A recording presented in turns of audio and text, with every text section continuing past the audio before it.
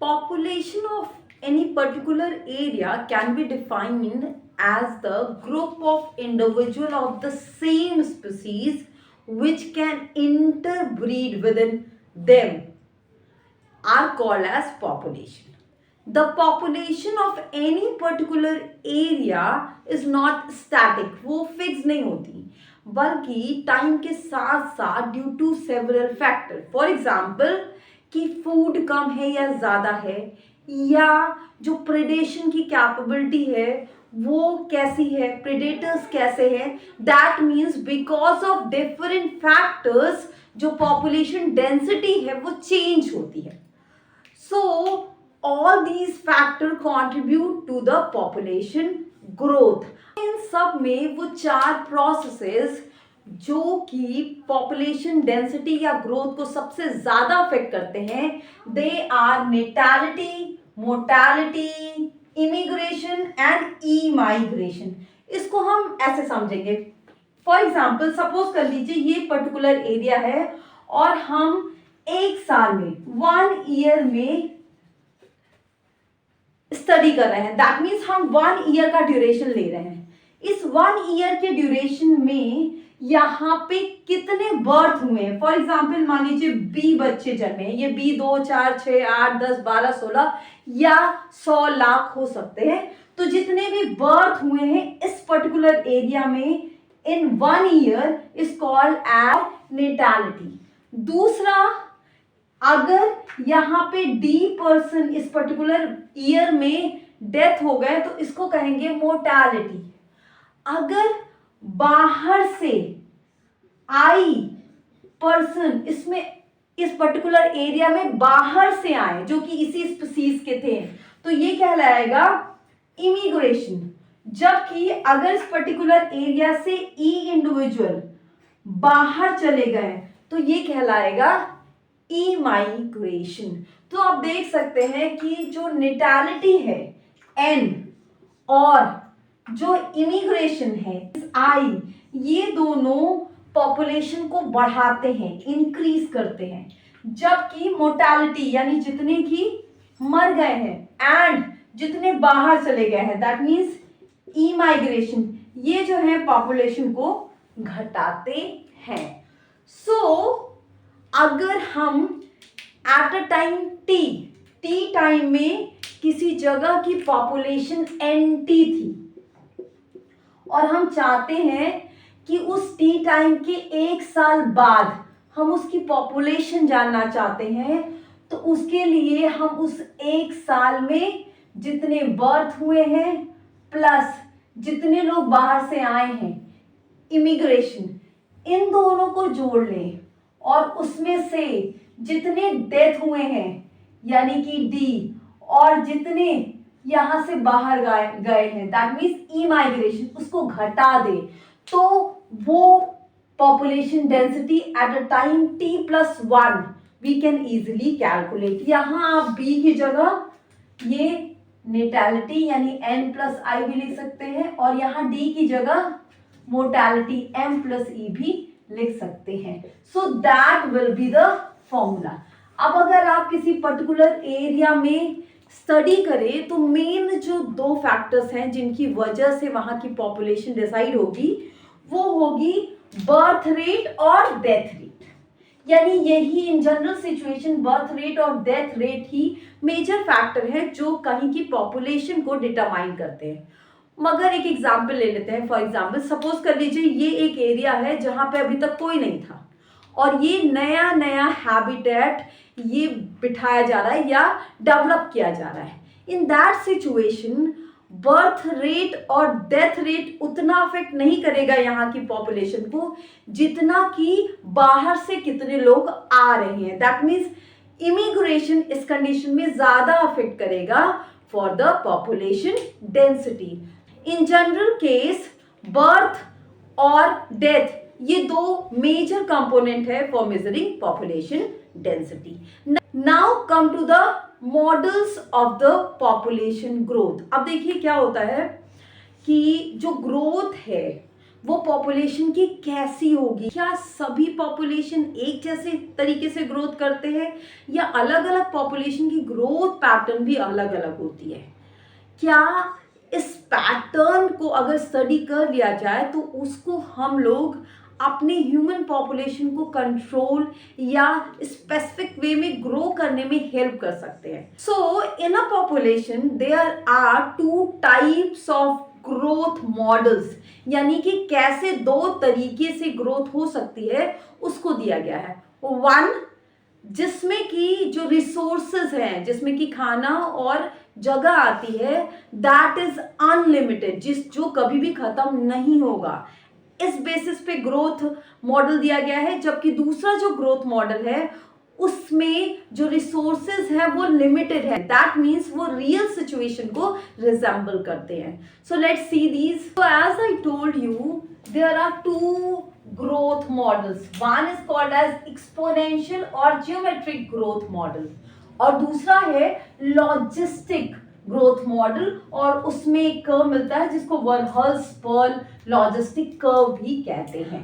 So सबसे पहले इसका बेसिस क्या है, तो एक्सपोनेंशियल ग्रोथ मॉडल में जो रिसोर्सेज है, रिसोर्सेज में क्या आता है, फूड आता है और स्पेस आता है, यानी कि उनकी जगह आती है, दैट इज अनलिमिटेड, यानी उसकी कोई कमी नहीं होगी, वो खत्म ही नहीं होगा। इन दैट सिचुएशन जबकि रिसोर्सेज अनलिमिटेड होते हैं तो किसी भी इंडिविजुअल के अंदर एक इनर कैपेसिटी होती है to produce a maximum number of offspring, so that, क्योंकि उस कंडीशन में वो मैक्सिमली फिट होते हैं। तो जब सब कुछ ठीक होता है तो उनकी जो रिप्रोडक्टिव कैपेबिलिटी होती है वो मैक्सिमम होती है और उसको कहते हैं बायोटिक पोटेंशियल। तो बायोटिक पोटेंशियल क्या है कि in a favourable condition, in this case when a resources are unlimited, किसी भी इंडिविजुअल की ये कैपेसिटी होती है कि वो मैक्सिमम ग्रो करे, दैट मीन्स मैक्सिमम ऑफस्प्रिंग या रिप्रोडक्टिव कैपेबिलिटी को शो करे। तो बायोटिक पोटेंशियल शो होता है इन केस ऑफ एक्सपोनेंशियल या ज्योमेट्रिक ग्रोथ के केस में। तो जब बायोटिक पोटेंशियल होती है दैट मीन्स इंडिविजुअल जो है वो लगातार ग्रो करता है, तो जो उसकी ग्रोथ होती है वो एक्सपोनेंशियल होती है। एक्सपोनेंशियल का क्या मतलब है कि थोड़े ही टाइम में मैक्सिमम पॉपुलेशन अटेन होती है। फॉर एग्जाम्पल सपोज कर लीजिए ये एक हैबिटेट है और यहाँ पे रिसोर्सेज अनलिमिटेड हैं और ये दो पॉपुलेशन भी है, तो पहले 2 से 4 होगी, 4 से फिर 8 हो जाएगी, 8 से फिर 16, 16 to 16, दैट मीन्स पॉपुलेशन जो ग्रोथ होगी वो बहुत तेजी में होगी। तो फॉर एग्जाम्पल अगर हम ये ले लें कि यहाँ पे जो पहले पॉपुलेशन है वो n है, ओके, और हम आफ्टर टाइम t देखना चाहते हैं कि जो पॉपुलेशन डेंसिटी में इंक्रीज या डिक्रीज हो रहा है वो कितना हो रहा है। तो यानी कि हम डिफरेंस देखना चाहते हैं पॉपुलेशन ग्रो करने के बाद और जितनी पहले थी उन दोनों के बीच में, क्योंकि हम पॉपुलेशन डेंसिटी में इंक्रीज या डिक्रीज देखना चाह रहे हैं। तो इंक्रीज या डिक्रीज को कैसे रिप्रेजेंट करेंगे, dn से। हम पर यूनिट टाइम देखना चाहते हैं यानी किसी पर्टिकुलर टाइम पीरियड में देखना चाहते हैं तो वो हो जाएगा आपका dt। तो dn/dt किसी पर्टिकुलर टाइम में पॉपुलेशन डेंसिटी की इंक्रीज या डिक्रीज को शो करता है। ये किसके बराबर होगा, तो ये होगा उस पर्टिकुलर एरिया में जितने बर्थ रेट है, याद रखिएगा ये बर्थ नहीं है, बर्थ रेट है। बर्थ रेट का क्या मतलब, जितने बर्थ पर यूनिट टाइम पर इंडिविजुअल हो रहे हैं। फॉर एग्जाम्पल अगर किसी पर्टिकुलर एरिया में 5 लोग हैं और 5 बच्चे जन्म लेते हैं, कितने, 1 साल में, तो उस एरिया का जो बर्थ रेट होगा वो टोटल बच्चे कितने पैदा हुए, 5, कितने ईयर में, 1 ईयर, कितने लोगों में 5 बच्चे पैदा हुए, 5 में, यानी कि उसका बर्थ रेट हो जाएगा 5/5, दैट मीन्स 1 चाइल्ड पर पर्सन पर ईयर, ये होगा बर्थ रेट। इस केस में हम जो बर्थ रेट लेंगे वो पर कैपिटा लेंगे, तो वो उसको रिप्रेजेंट करेंगे हम b से, इसी तरीके से डेथ रेट को रिप्रेजेंट करेंगे d से। तो b - d यानी कि कितने नेट जो इंडिविजुअल है वो बढ़े इन दैट पर्टिकुलर एरिया पर person per unit time into जो पहले की पॉपुलेशन थी, यही हो जाएगा इंक्रीज और decrease in a population density. तो इसके केस में इसको जब हम फर्दर लिखते हैं तो हम b माइनस डी को एक और सिंबल दे देते हैं, that means r into N, जिसमें r जो है intrinsic power of natural increase, जिसको जी बायोटिक पोटेंशियल कहा गया था। अगर हम इस एक्सपोनेंशियल ग्रोथ इक्वेशन को इंटीग्रल फॉर्म में लिखें तो वो होगा N t is equal to N zero e to the power r t, जिसमें एन टी पॉपुलेशन डेंसिटी है after time t and N zero population density है एट अ टाइम ज़ीरो। और यहाँ पर जो E है that is the base of natural logarithm, जिसकी value होती है 2.71828, जबकि T वो टाइम है और R वो intrinsic rate of natural increase है। So this J-shaped curve is found in case of exponential growth, and the change in a population density, that means dn by dt is equal to r into n। और यहाँ पे ये जो growth होती है that is its biotic potential, that means maximum growth की potential होती है। So this is exponential growth. Now अगर जो रिसोर्सेज हैं वो लिमिटेड हैं, दैट मीन्स कि किसी पर्टिकुलर एरिया में, जो कि रियल सिचुएशन होती है, किसी भी पर्टिकुलर एरिया में रिसोर्सेज लिमिटेड होते हैं, आज नहीं तो कल वो रिसोर्सेज लिमिटेड होंगे और ख़त्म होंगे। तो उस सिचुएशन में क्या होता है, उस सिचुएशन में जो चेंज इन पॉपुलेशन डेंसिटी होती है dn by dt, that equals to not r only, r into n and k minus n by k। यहाँ पे ये जो k है that is carrying capacity of environment उस पर्टिकुलर हैबिटेट के लिए। क्या मतलब है इसका कैरिंग कैपेसिटी का?